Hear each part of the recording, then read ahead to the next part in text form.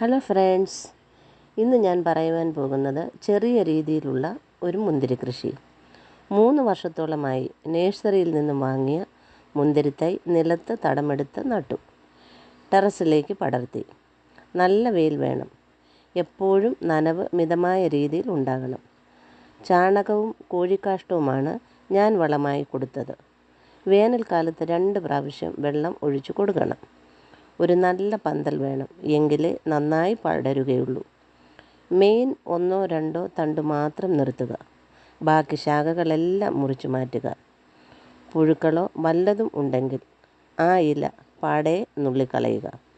Daily നാം ശ്രദ്ധിക്കണം. വർഷത്തിൽ 3 തവണയെങ്കിലും വളം കൊടുക്കണം. നവംബർ-ഡിസംബർ മാസങ്ങളിൽ പ്രൂണിങ് ചെയ്യാം.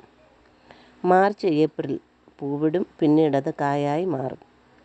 നമ്മുടെ പന്തൽ നെറ്റായതുകൊണ്ട് ഈ മഴയിലും കാറ്റിലും വല്ലാത്ത തടസ്സങ്ങൾ സൃഷ്ടിച്ചു.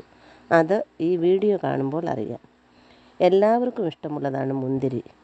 എല്ലാവരുടെയും വീടുകളിൽ മുന്തിരി കൃഷി ഒന്ന് ചെയ്ത് നോക്കണേ. Thank you. അതേപോലെ സബ്സ്ക്രൈബും ലൈക്കും സപ്പോർട്ടും ചെയ്യണേ.